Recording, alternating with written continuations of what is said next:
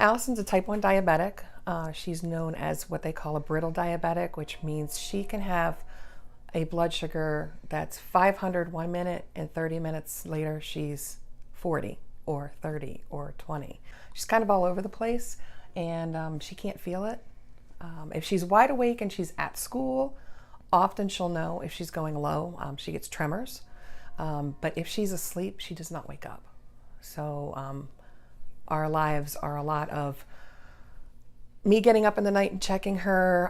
When she's wearing a sensor, it will ring and wake me up at night that she's going low. And I can tell you every time I go in her room, the girl is sound asleep. Sometimes she doesn't even know I've been there.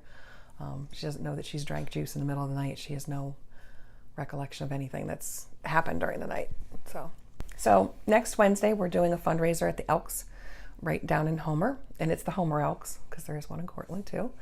We're going to be there from 5:30 to 7:30. We're going to have a spaghetti dinner, and tickets are sold at the door. Plus, I did get containers so people could do take home. So if it's not convenience to stay, and you can just swing through, buy a ticket, fill up some take home containers, and go. The profits go towards Alyson getting a diabetes dog so that she can go to college. We are looking to raise $25,000, which the big question out there is why so much money for a dog? And I have a lot to say about that because it is a lot of money. It's a SUV. And that's what people say to me, how much is this going to cost? I said, a small SUV. And I'm very realistic. It's a lot of money, but you can't put a price on a child's life. And all the electronics out there, we've tried everything else. And nothing wakes her up. If she's home alone, the dog will get juice for her. He'll retrieve her meter for her.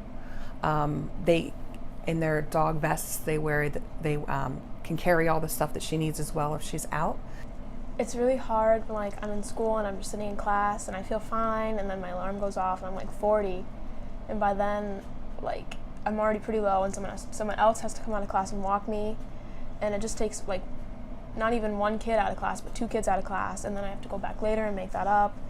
And especially because I do a lot of sports at school, I've done cross-country races, and I've been 100 before, and I feel fine, and then halfway through the race, I can't feel my legs, and I just have to collapse and stop and kind of let my team down, but at the same time, it's not really my fault, and I can't really see anything that's going on. I can't troubleshoot, and there's really just nothing I can do.